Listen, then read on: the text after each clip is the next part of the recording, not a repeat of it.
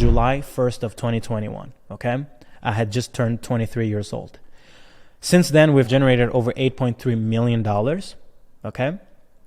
But here's what's important. In 2021, I only made 300 grand. 8 million of the 8.3 that we collected was all collected in the last 24 months. What happened in the last 24 months for me to end up going from someone who quit his 30K year job a few months earlier, right, to making my first 300 grand in a year, to making millions of dollars a year the following year? That's what I'm about to share with you guys. The only thing that I want to focus on is the 7 steps that I took to actually go from running a done-for-you appointment setting agency all the way to running a 600 grand a month growth firm that essentially builds and releases hard asset, whether that be systems, technology, or talent, and SOPs and processes. We have Charlie, who closed his second deal. He launched ads like 2 days ago. He just closed his second client.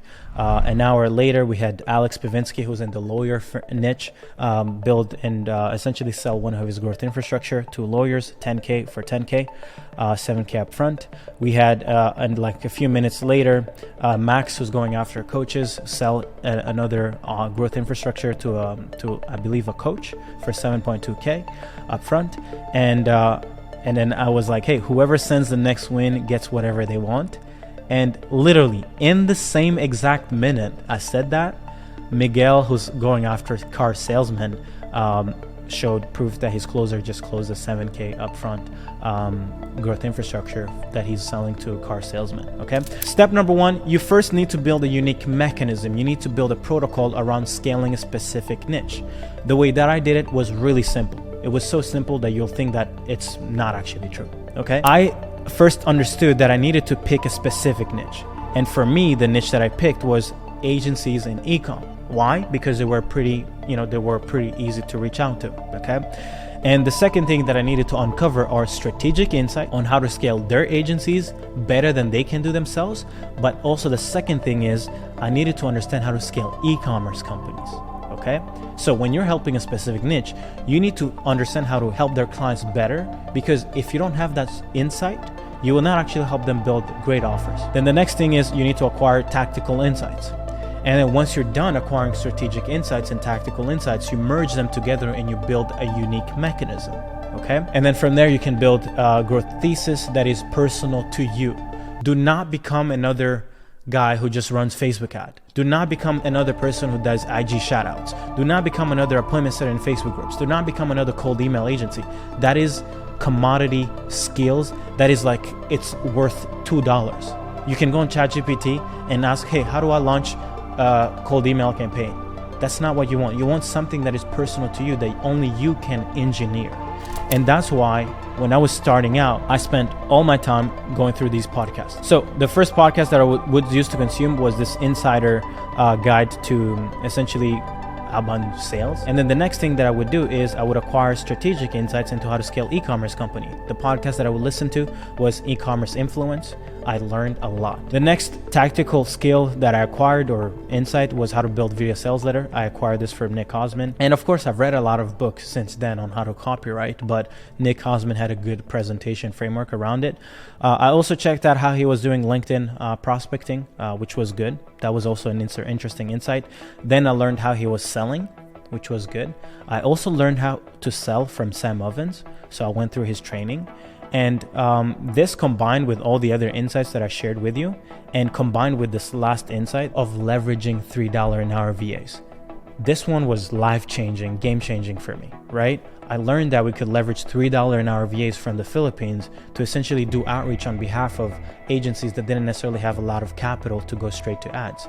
So we built a VA pool with over 5,000 VAs. Once acquiring these insights, you need to do what? Now you need to put it all into a protocol. Let me show you guys what the protocol looked like. I essentially designed 2 acquisition systems. I designed one that used VAs with Facebook groups and Instagram outreach, right? Actually, I just remembered that I forgot something. Another insight that I had was an earned insight from working at an e-commerce company for over 2 years. So I used to work at this e-commerce company, and I was running and managing 14 employees in the customer service department.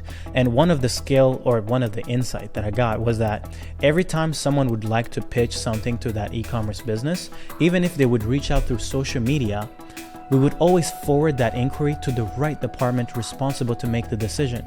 So while everyone was selling, oh, you should do cold email and DM direct decision makers in companies, or like cold call them and this and that, for me, I was like, well, we could actually DM the business pages directly. And everyone was like, why would you do that? The founder is not going to read it. And you know what? We ended up booking so many calls from doing Instagram outreach to pages. It was crazy, right? I literally built an entire business off of the insight that even if you DM business pages, they will still get your message and actually send it to the decision maker if you do it the right way. So I built everything out, put it in a process map, and I would essentially do the next thing. Once you have it all mapped out on a Lucid chart or a process map, it doesn't matter. You can use a mirror board. It doesn't matter. Just put it visually. Once you have it visually, you need to do what? You need to craft the process selling via sell. You need to sell people on the process. So for me, what I used to do was, look how short my hair was here. This is how long I've been at it, guys. Like, look at these dreads. This is the amount of work and looms I've shot. So I was here sitting in the basement at my family place, and I would essentially do a loom going over the process on how I would solve someone's problem, right? So I would reach out to a prospect and be like, hey, I actually know a better way to get you your desired outcome. And they'd be like, do you want to see a video? They'd be like, yeah, of course. And I would send them this. And as you guys can see here, we have 181 views. I did book a lot of calls, and this is the thing that got me to my first 30K per month, right? Doing just this and Facebook group outreach. Now, I've built since then a lot of process maps, a lot of VSL, a lot of process selling VSL. Guys, that's really it. You make a process map, then you shoot it, okay, on a loom. Use loom, right? Don't complicate things.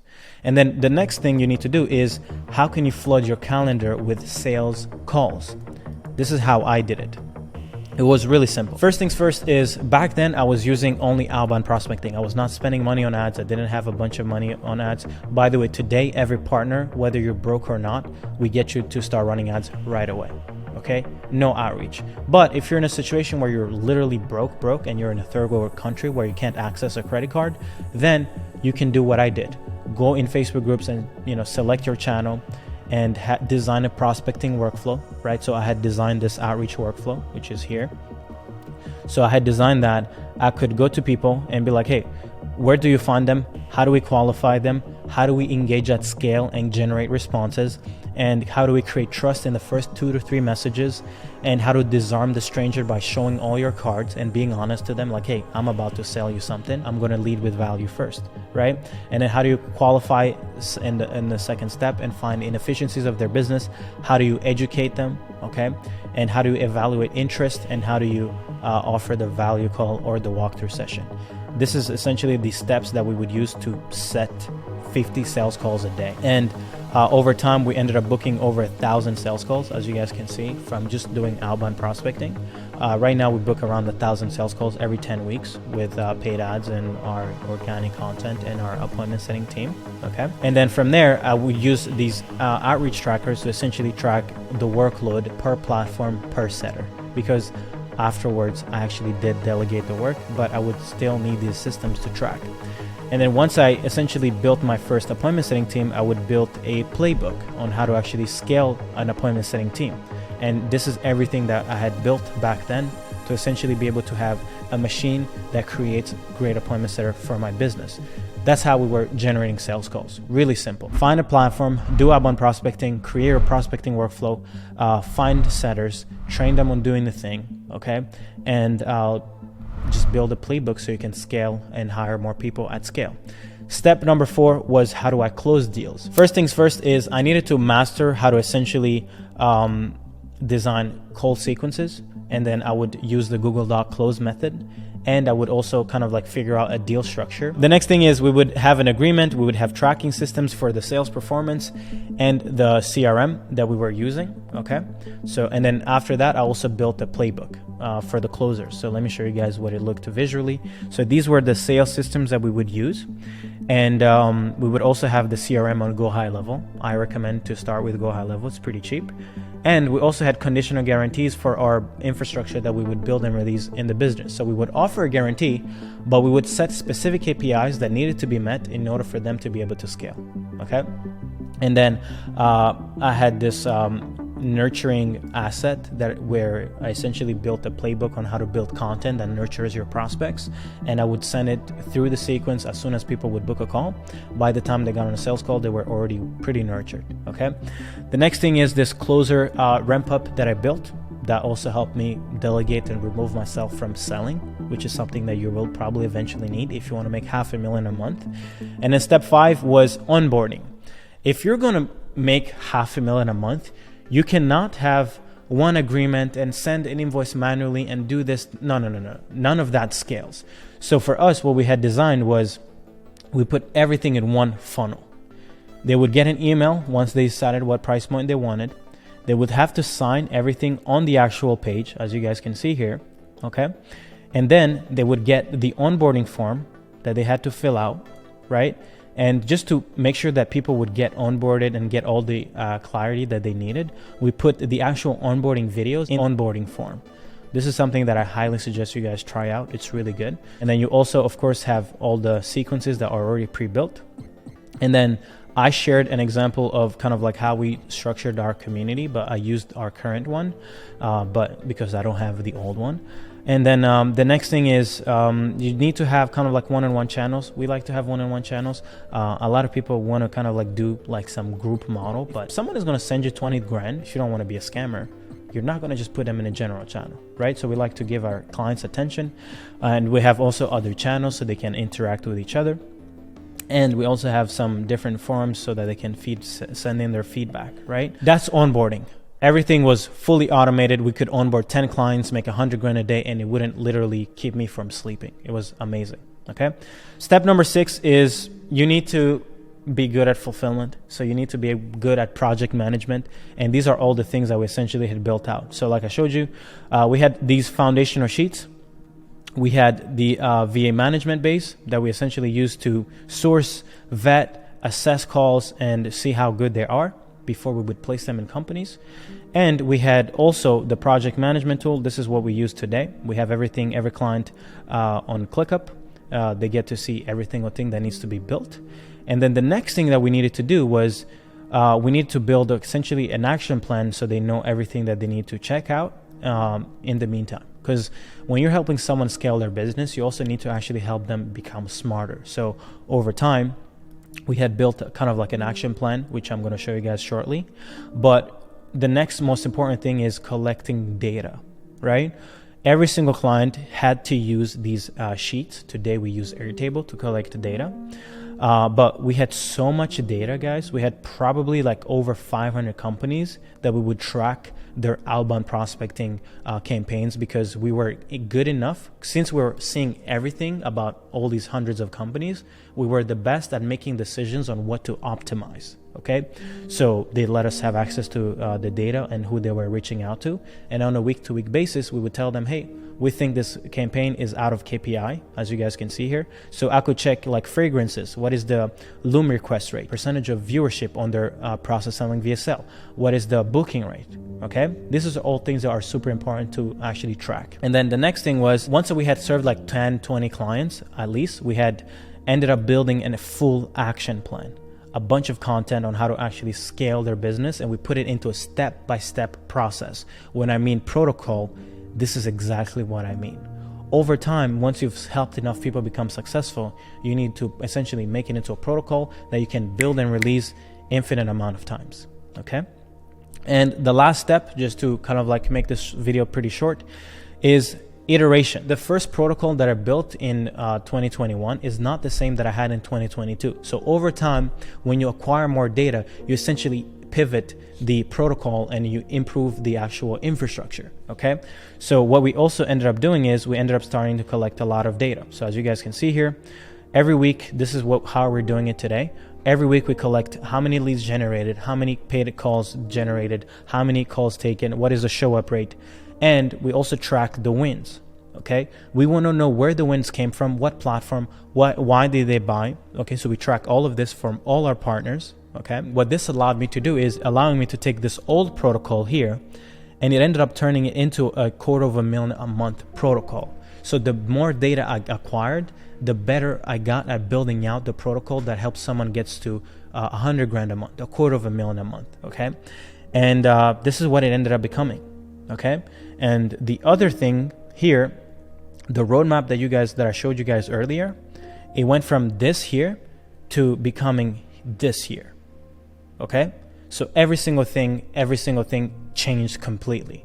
The way we were getting someone to 50K per month is now how we get someone to 50K a month today. All right, and that only came from testing and iterating a lot. So it is important for you, if you're going to do kind of like this idea of building and releasing growth infrastructures, that you learn that it's more important to collect data than it is for you to be smart. Okay, so I don't need to go and listen to podcasts today. I do still listen to podcasts, but a lot of my iteration come from looking at data from all the partners that we have. Okay, and that's really it. And once I created a new protocol like here, then you go through the next same step. The same way that the first thing you do once you build your first process map is making a VSL. Well, the next thing that I did after mapping out and clarifying the actual protocol that we're using that is new is to make a VSL. You go through the same thing. You make a new VSL, you get it reviewed, okay? And you run a little bit of paid ads behind it. You book 20 calls, 30 calls a day, okay? And you start making 100K a week, 200 grand a week, 47K a day. You get a lot of people wiring you a lot of money, 10, 11 grand, 18 grand, 4 grand, because the new protocol and the new infrastructure is a lot more attractive than the old one. Okay, so I went from charging $4,000 for my first infrastructure that I ever built. Today, we charge 15 grand, 20 grand, 25 grand for us to implement it in someone's business. Okay. That's pretty much it. I know this was a lot of presentation, but if you guys want to essentially access all of this, click the link below and check out either one video that essentially shows you how to get access to this. But I wanted to spend these minutes to essentially walk you through the 7 steps. So step 1, acquire insights, strategic insights, tactical insights. Step number 2, build a process map so you can make a VSL of the process, sell people on this new process that gets them their outcome better and faster. Step number 3 is learn how to do outbound prospecting. If you ever work with us, we're going to get on ads, or you can learn ads on YouTube. Then pump ads, generate sales calls. Okay. Learn to build a system and an infrastructure so you can actually scale that appointment setting mechanism. Step number 3, learn how to close. Leverage a Google Doc, a logical way of selling. Do not sell through emotion. Just show them, hey, here are the business metrics. Here's where your bottlenecks are, and here's the infrastructure and how it elevates your constraints. Okay. 5th step is learn how to onboard people. Use an automated way of onboarding them. Step number 6 is learn how to fulfill. Learn how to build different assets, project management tools, and everything like that. You can do that too. Step number 7 is collect data from all the people that you've built an infrastructure for, and iterate your protocol. Then go back to step number 2, build a new VSL, send it out to the market, and let people book sales calls and collect a bunch of money. That's how I made $8 million. I hope it wasn't too complicated, and I hope it was helpful for you guys. I love you. Bye-bye.